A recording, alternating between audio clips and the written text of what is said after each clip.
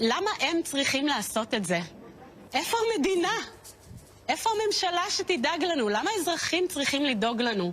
איפה ממשלת ישראל? איפה בנימין נתניהו, האפס הזה? איפה הוא? איפה הוא? הוא כל אדם שלנו על הידיים שלו, של בנימין נתניהו. הבן אדם הזה, אני לא מבינה איך הוא לא בכלא עכשיו.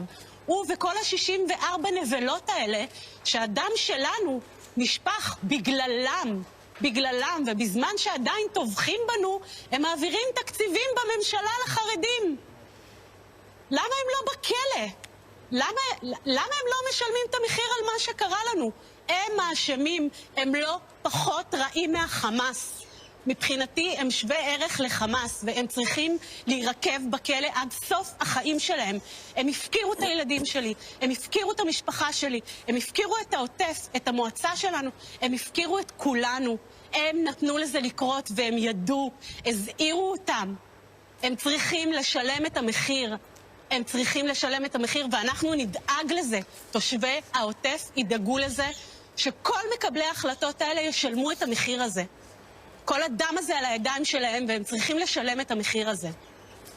אני לא רוצה שאזרחים ידאגו לי. אזרחים לא צריכים לדאוג לי. הממשלה שלי צריכה לדאוג לי.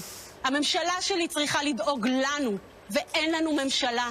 מי שמנהל את המדינה הזאת זה האזרחים, זה האחים לנשק. אין לנו ממשלה. זה לא מנוהל. בנימין נתניהו הוא האפס הכי גדול שיכול להיות. אני משתדלת לבחור את המילים שלי, אבל הוא פשוט אפס. וזה